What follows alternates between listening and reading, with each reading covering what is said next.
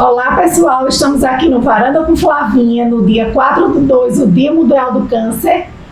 E estamos com nossa convidada, a paciente Edjane Melo, o qual passou 5 vezes pelo câncer, 2 cirurgias oncológicas e várias sessões de quimioterapia. E ela vai explicar um pouquinho pra gente o porquê desse tema tão importante. A segunda causa de morte mundial é o câncer. E muitas pessoas têm medo e ainda tem tabu em falar. E aqui estamos com nossa convidada para explicar bastante coisas para vocês. Olá, Flavinha, tudo bem? Tudo bem. Eu espero esclarecer várias coisas. Eu acho importante quando as pessoas passam por esse processo do câncer, trazer informações, porque assim a gente vai não só eliminar o medo que algumas pessoas têm, acho que o medo não vai ser eliminado, mas também vai chamar a atenção para o diagnóstico precoce, que hoje em dia é o fator que mais possibilita a cura ou a sobrevida de qualidade. Segundo os dados do INCA, 90% da população, quando descobre precocemente a patologia, entende-se que há uma grande chance de cura. Com você, Edjane, como foi o seu procedimento em toda a descoberta até a finalização da sua patologia? Então, quando descobri o câncer de intestino, que foi o câncer coloretal, eu tinha 46 anos, o que é considerado ainda jovem para ter câncer coloretal. Naquela época era considerado mais ainda. Hoje em dia a gente já sabe que o diagnóstico de câncer coloretal está acontecendo para muitas pessoas jovens. Mas naquela época ainda era considerado assim, nossa, tão jovem com câncer coloretal, né? E eu descobri porque eu comecei a defecar sangue. Eu não levei a sério o que eu estou chamando a atenção. Olha, qualquer coisa que aconteça diferente no seu organismo, sinalize, vá procurar um médico, não é à toa, né? Então assim, eu fiquei defecando sangue durante um certo tempo e eu nem desconfiava que era câncer. Eu achava que era problemas de hemorroidas. Foi quando a minha mãe faleceu. Quando a minha mãe faleceu com aneurisma abdominal, eu fiquei com medo de estar com aneurisma abdominal. E aí eu comentei com uma amiga que eu estava defecando sangue. Aí ela disse assim, não, você vai ligar para a médica, é agora. Quando eu liguei para minha médica, ela sinalizou para eu procurar um coloproctologista e aí foi que tudo foi descoberto. Em toda a sua trajetória, eu tive ciência que você teve diversos tipos de câncer em diversas partes do corpo. Qual foi a que mais você se sensibilizou? De medo? De que eu tive medo? Exatamente. Ou que eu tive medo do tratamento, temor, essas coisas? Se sensibilizou o qual não iria ter a cura, que é o que muitas pessoas hoje em dia têm medo e não procuram a triagem, o diagnóstico. E aí o medo acaba levando à morte, né? Exatamente. Pra falar a verdade, eu não sentia medo. Em hora nenhuma eu senti medo. No primeiro diagnóstico eu já pensei assim, eu não vou morrer disso. Eu não vou morrer disso, eu preciso correr contra o tempo, porque vai ter jeito. Eu não sei se era porque, como eu digo sempre, na vida, tudo que você faz na vida, você precisa ter um motivador. Então é aquele motivo que vai ser o combustível para você chegar em lugares altos, como eu falo, né? Então assim, o que acontece? Eu tinha meu filho, tenho ainda, graças a Deus, mas meu filho estava com 12 anos na época. Então assim, 12 anos, eu tinha acabado de perder minha mãe. E com que meu filho ia ficar? Tudo bem que tinha a Lani, e tem, que é uma madrinha assim, uma mãedrinha. Mas assim, quando você pensa, meu filho já era criado com minha mãe, comigo e com a Lani. E minha mãe desapareceu de repente. E ele já estava muito sentido. Não, eu não posso morrer. Coloquei na cabeça isso, eu não posso morrer. Meu filho foi um motivador para em todos os momentos eu só pensar na vida. Então assim, a mente da gente, o pensamento da gente, ele tem um poder. Nós não somos carne, nós somos espírito. Eu acredito nisso, nós somos espírito. Então, como espíritos que somos, a gente precisa se comportar como espírito. E o que é que move o espiritual? É a mente e a palavra. A mente e a palavra, o seu pensamento e o que você fala. O que você fala acontece na sua vida. O que você fala acontece na sua vida. Entendeu? Então o que eu dizia? Eu não vou morrer. Eu não vou morrer. Eu não falava eu vou ficar curada. O que também foi um erro. Que eu não falava eu vou ficar curada, mas eu dizia eu não vou morrer. Então isso foi estimulando. Então essa primeira vez teve cirurgia, teve quimioterapia. E um ano depois, quando eu fiz os exames de controle, eu estava com câncer no mesmo lugar. Do mesmo jeito. Qual era o lugar? No intestino. Câncer coloretal. Aí foi quando eu fui para uma cirurgia, para uma outra cirurgia, e aí eu não enfrentei processo de quimioterapia mais. O médico disse assim, Jane, olha, dessa vez a gente não vai fazer quimioterapia, os exames foram bons, as margens, né, quando a gente faz a cirurgia, eles tiram a parte lá do intestino e mandam para avaliação, para biópsia. E aí quando vem o resultado da biópsia diz margens livres. O que quer dizer margens livres? Quer dizer que tem o tumor e ao redor do tecido que foi cortado não foi encontrado câncer. Então subentende-se que se aqui não foi encontrado câncer, o que está depois daqui, que era o que estava dentro de mim, não tinha também. Falando de uma maneira mais simples, não médico, né? Eu não tenho como falar mediquês aqui, então a gente fala de uma forma mais simples. Exato. Entendeu? Então foi dessa forma. E aí depois eu tive um terceiro diagnóstico, que foi no ano de 2018, dezembro de 2018, e culminou com o tratamento ao longo de todo o ano de 2019, que foi uma metástase no peritônio. E eu lembro que nessa época eu tenho várias primas, eu não tenho nenhuma irmã, sou filha única. E aí uma das minhas primas, muito queridas, minha filhada inclusive, me chamou na casa dela e disse assim, Ed, vem cá. Deixa eu te perguntar uma coisa. Isso que você está é metástase? Eu disse, porque eu li que metástase não tem cura. Aí eu disse assim, isso foi o que você leu, mas quem sabe se tem cura ou não é Deus. Eu não vou morrer. Eu disse, eu não vou morrer, fique tranquila. E aí fiz uma campanha gigante, né? Eu Você participou e eu sou muito grata, porque o que acontece? Nossos filhos estudavam juntos. Exatamente. E houve um movimento muito grande e de muito amor. Muito amor. Naquele momento, eu até me emociono de falar, porque naquele momento foi um momento crucial na minha vida. Eu tinha perdido a minha mãe, já era separada, eu sou filha única. Isso. Então, assim, imagina, né? Toda a família do meu pai é do estado do Rio, de onde eu sou também, e a família da minha mãe aqui de Alagoas. Só que eu ficava rodeada de primos, mas os meus primos, casados, cada um tinha sua família, não é? A Alane mais próxima de mim, que é a prima mais próxima e não é casada, é a madrinha do meu filho. Mas, assim, aquele ambiente de solidão parava, né? Exato.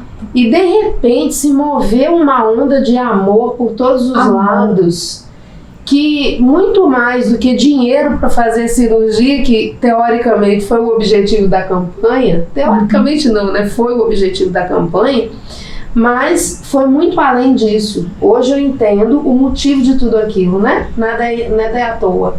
Ia muito além do dinheiro. Foi o amor. Porque os amigos do meu filho, junto com suas mães, se uniram para fazer rifa, para ajudar na campanha. Os meus amigos das rádios, das TVs, os jornalistas, se uniram numa campanha maravilhosa. Então teve bazar, teve futebol dos jornalistas, tudo em prol da minha cirurgia. Fora a vaquinha que estava acontecendo e que pessoas que eu nem conheço ainda fizeram doações. Amém. Então, assim, foi muito amor, sabe? Muito amor. Foi amor de quem eu conhecia, foi amor de quem eu não conhecia e foi tudo maravilhoso. E deu tudo certo. E deu tudo certo. E o que eu digo, Flavinha? Quando vem o desafio na vida da gente, se você olhar, tudo na vida da gente tem um lado bom e tem um lado ruim, viu? Tudo tem um lado positivo e tem um lado negativo. E você que vai escolher para que lado você vai olhar. Então, um exemplo. Eu fui a cirurgia acontecer dia 4 de maio do ano de 2019. Eu disse, olha, eu vou viajar no dia 30 de abril. Nossa, por que você vai viajar no dia 30 de abril? Eu disse, porque eu vou passear na Avenida Paulista, Sim. Porque eu vou ao teatro, porque eu vou aproveitar um pouco de São Paulo. E eu teria que ficar durante 30 dias lá, né? Hospedada, e ia ser 20 dias de hospital e 10 dias para poder ficar numa maneira apta a voltar. Só que no hospital eu superei as expectativas do médico.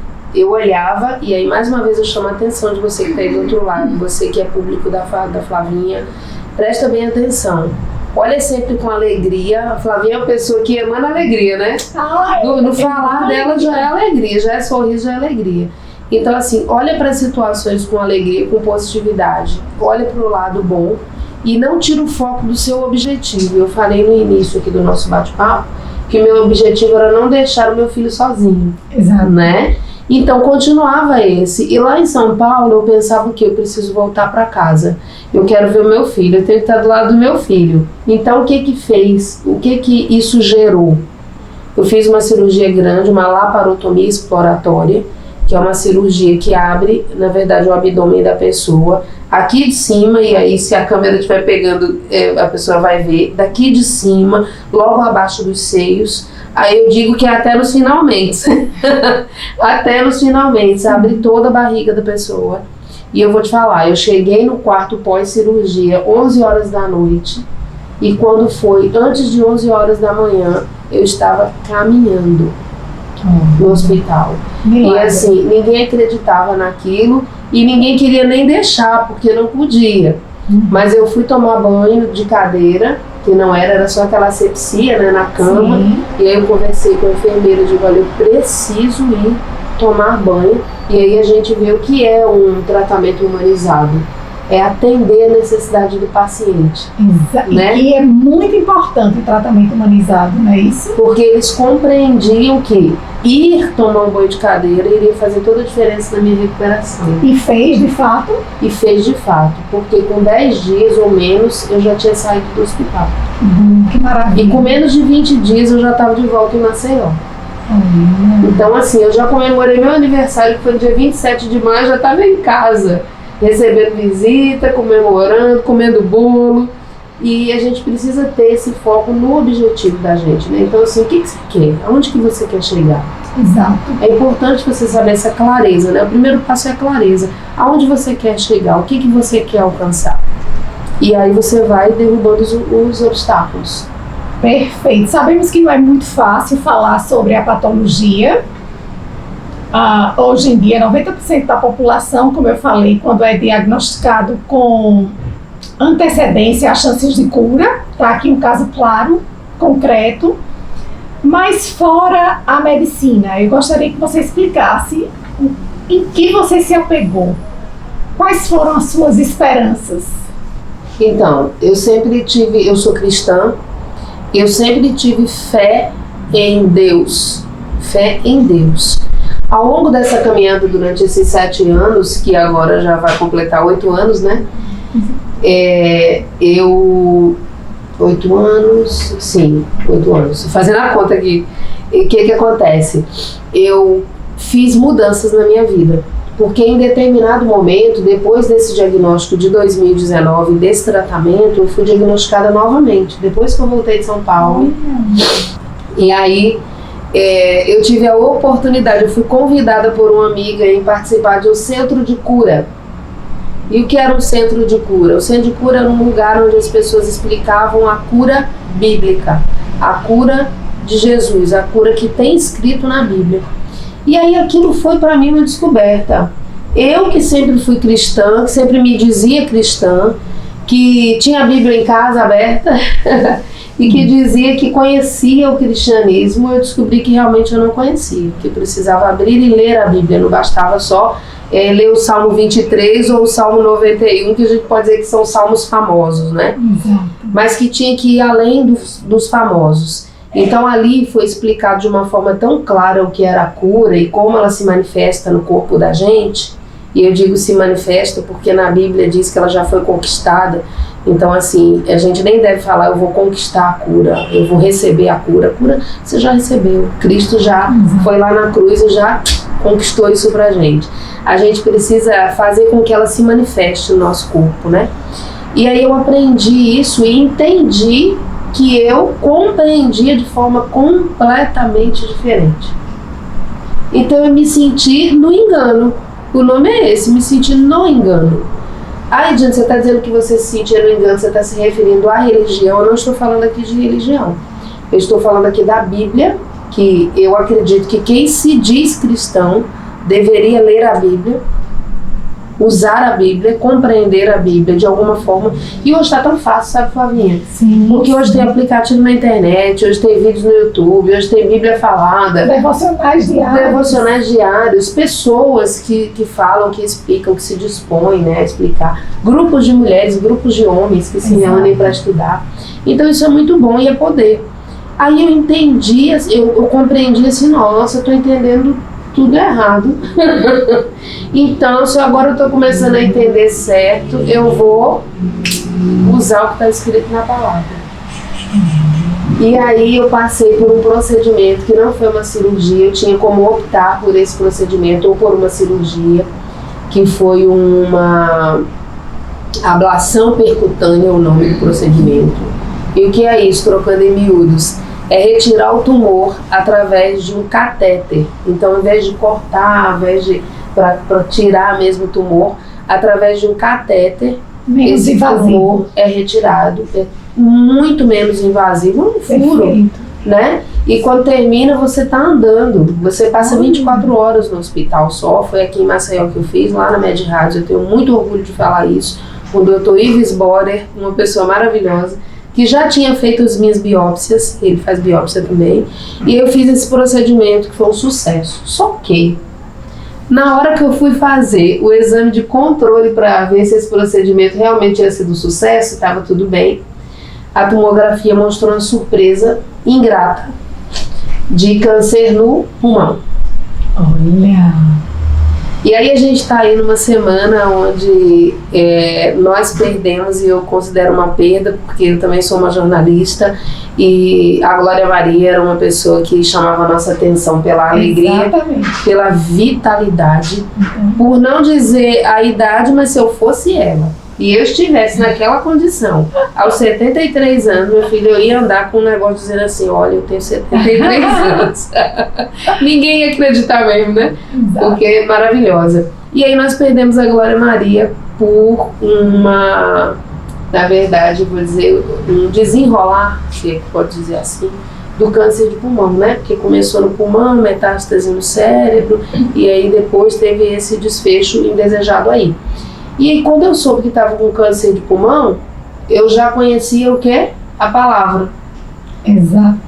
E aí, quando o Dr. Rafael Torquato chegou na minha frente, assim mesmo, olha, ele estava ali, ele abriu a tomografia e disse, Jane, olha, a coisa está séria e dá uma olhada nisso aqui. Eu fiz assim, ó, nem quero olhar. Isso tudo aí vai sumir, doutor. Ele, mas você sabe o que é isso aqui? Eu disse, eu estou vendo, isso é pulmão. Porque como eu faço assessoria de comunicação para a saúde, então a gente conhece um pouco dos exames, conhece as imagens, né? Quando eu olhei, eu sabia que eu olhei no exame de pulmão.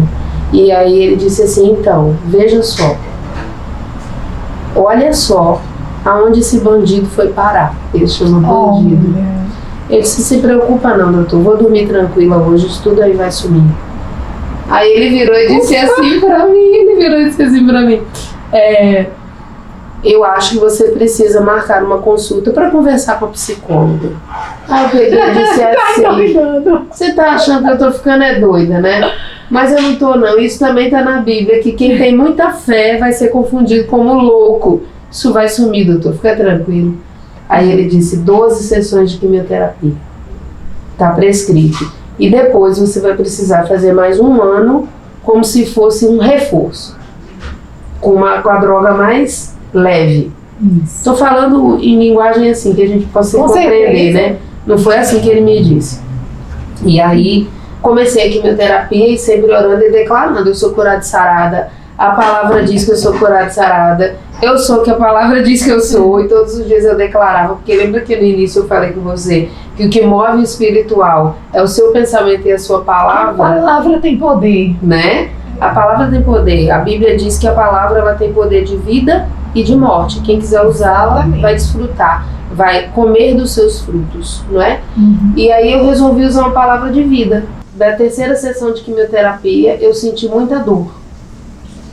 dor, e eu fiquei calada, Senhor, eu sou curada. E a dor era em qual local? Nas costas. Nas costas. É. Eu sou sarada, sou curada, Senhor, eu sou sarada, sou curada. Eu não vou dizer a ninguém que estou com essa dor. Aí o Espírito Santo falou comigo.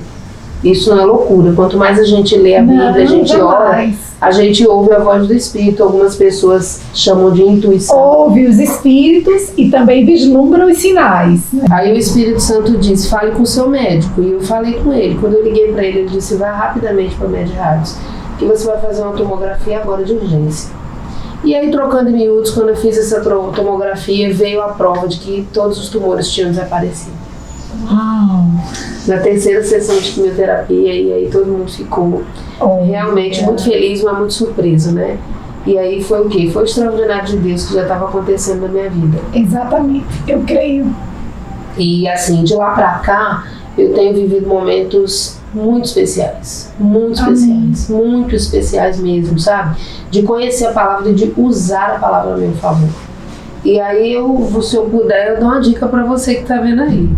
Usa a seu favor também, porque isso não tá só pra mim, não. E não tá só em cura divina, tá? Tá em todas as providências que a gente precisa na vida da gente. A gente sabe que hoje tem famílias sendo destruídas, casamentos que estão sendo destruídos, famílias que estão sofrendo. E aí a gente precisa ir contra isso, a gente precisa lutar, precisa ter um equilíbrio emocional para poder ter uma boa convivência no trabalho, que existem pessoas perdendo seus empregos, né? Por conta da falta do equilíbrio emocional. Exato. E faz a diferença. Vai ler para você aprender que o livro é poderoso. Ai, pessoal, eu não tenho nem palavras diante de uma sabedoria tão imensa, né, que é a Edjane, e o que ela pode passar para a gente em toda dificuldade. Nota-se, é notório, quando a gente chega perto dela, que a fé prevalece e que a fé também move montanhas. Então, Edjane, eu quero que você poderia deixar para o público, quem está no leito, quem não tem, quem tem a patologia. Então, se eu puder dar uma dica, eu digo a você o seguinte: cuida do corpo, da alma, que é a mente, e do espírito. Você precisa cuidar dos três. Seja você um paciente oncológico que hoje está passando num momento pior, não acho que é um fim. Para Deus nada é impossível. A gente tem o olhar do natural, e o natural ele tem assim, determina que em momento X é o fim, mas para Deus você pode estar no leito de morte e Ele te tira dali. Então assim, agora você precisa trabalhar a sua fé. E a Bíblia diz que a fé vem pelo ouvir, e o ouvir pela palavra de Deus. Então procura ouvir.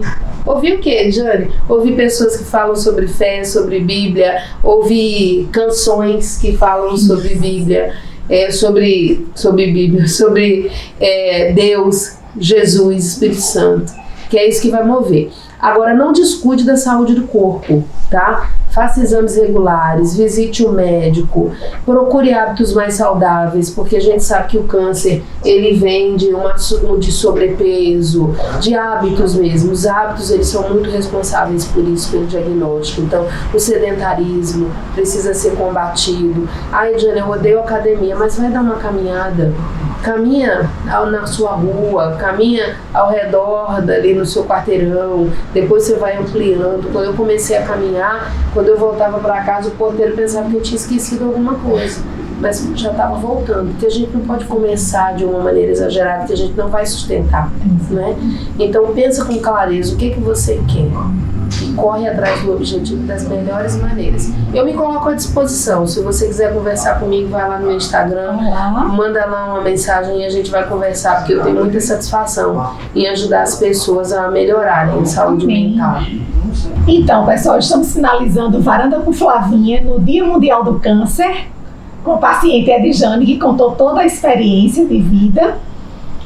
E aí vai uma diquinha para todos vocês. Vamos procurar fazer o rastreamento médico, tá? Tanto o público masculino como o feminino, jogar o medinho do lado para a gente descobrir precocemente caso haja alguma intervenção ser feita.